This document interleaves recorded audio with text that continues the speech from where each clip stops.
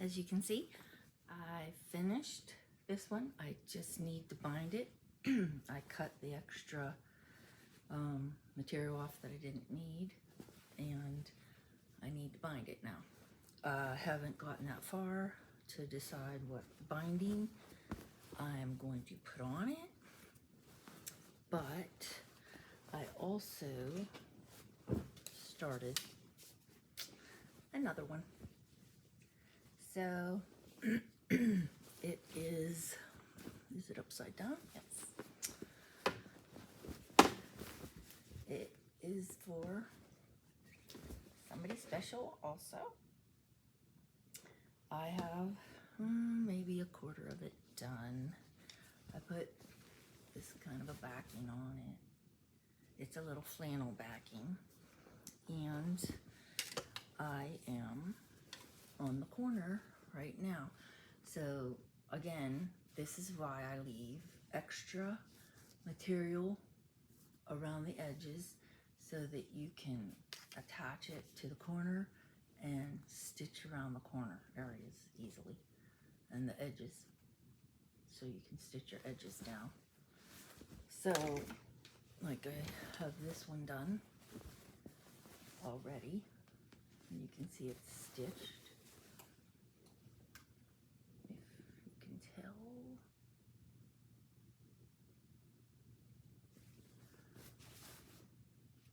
I don't know, I think you can see the stitching. So that's what I'm on now, and then I'm going to bind the yellow quilt. So I'm going to put the camera down, move it a little bit closer. I'm always bad with my camera and how to adjust it. I'm not always the best. So I'm going to show you a little bit of stitching. Somebody asked me about my hoop. This is an 18-inch hoop. I do have a stand hoop that I also got from, I believe I got it online, Amazon maybe. So there's different choices in hoops. You can get a stand hoop.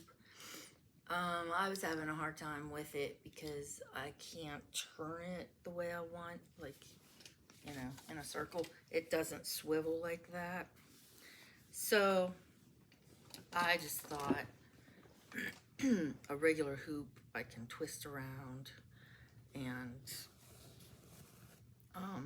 do it the way I like, you know. So that's why I'm using the free hoop. On this border line right here, when I stitched it, I got a little bit crooked, as you can probably see, but this is a cheater quilt, and somebody mentioned in one of my other cheater quilts that it's not a cheater quilt because I have so much stitching in it. And I thought, that's the nicest thing anybody's ever said. So yeah, it's not really cheating when you put this much work into it. You're just not piecing it together. That's, you know, that's why they call it a cheater quilt. But I enjoy doing them. They're a quick and easy quilt to do if you don't have time or don't want to piece them together. This is always an option. So I don't mind doing them, especially when I have, you know, a lot that I'm trying to do, because seems like anytime I end up doing a baby quilt, then there are 2 other people that I know that are also pregnant, so I end up doing at least 3 at a time, you know, one right after the other. So that's another reason why I don't mind doing the baby quilts,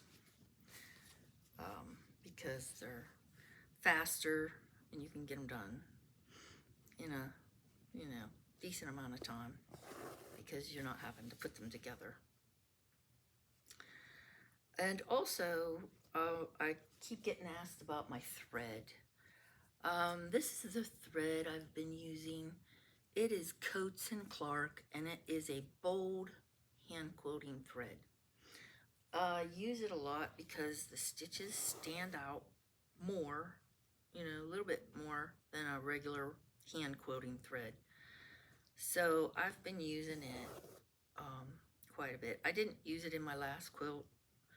I used the regular hand quilting thread. And as you can see on that little flower and bee quilt, it still stands out. I mean, it's, fine. If you want to see the stitches more, then a bold hand quilting thread is nicer. That way you can, they just stand out a little bit better.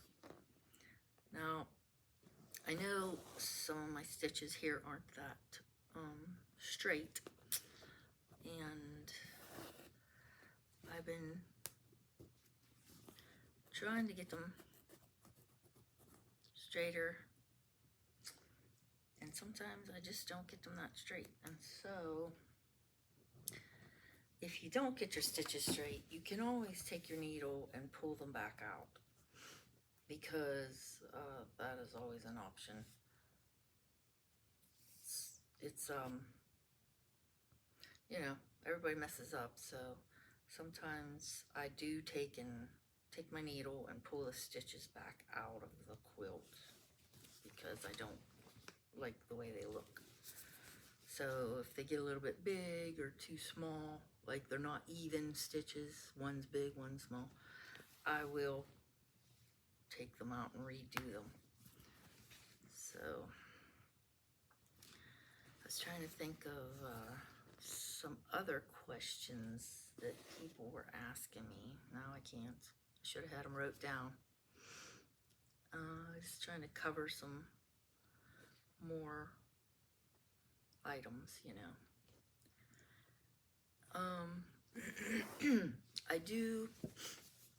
when I do these quilts, I don't always do every little thing. Like, you can get very detailed when you're doing these types of quilts. Like, there is a lot of printed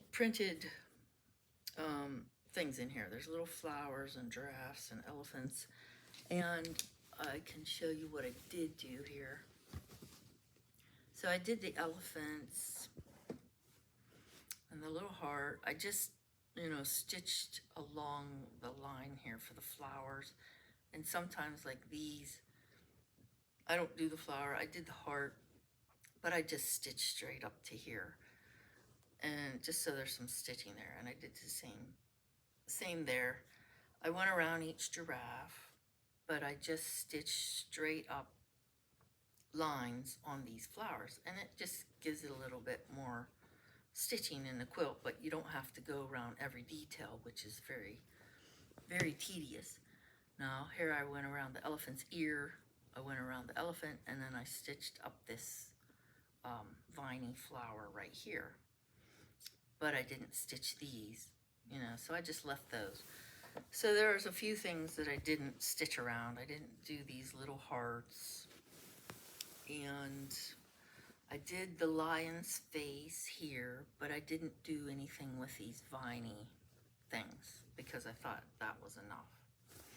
So there's like a lot you can do. I mean, I stitched around the star, the box, there's a piece of thread.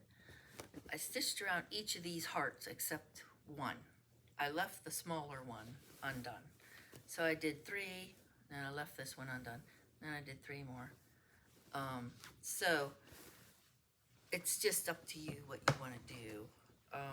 You could take and stitch these lines, which is a lot and tedious. I stitched the borders, around them, but I didn't stitch any of these lines. What you could do is go like, do all the teal green colors maybe, or do all the pink stripes, and then you're not doing all of them, which I haven't done any of them.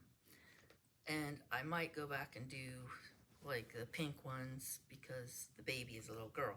Just stitching on the pink ones just would make it stand out a little bit more. But you don't have to do that stuff. Now on here I did everything like these leaves. I went around the outer edge and then I went up the middle stem of the leaf.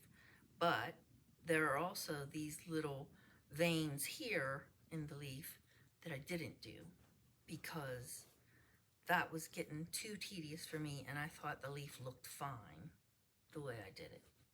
So there's, you know, different things that you can do with them.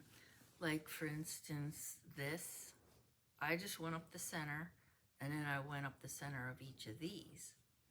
So, I could have went around each one, but I thought it looked fine that way. So that's how I did it. So, you know, it's like up to you, however you want to do things. Like the lion here, I went around the big flowers, but not the little flowers. I did its face, but I didn't do the little dots around the mane, you know, because to me, that wasn't necessary to do. So, like, you know, I just wanted to point that out. There's a lot of ways you can do these types of quilts and, you know, your own quilts. So, I just wanted to show you that. But, I don't know why this coloring on here is off today. I'm going to end my video right there. I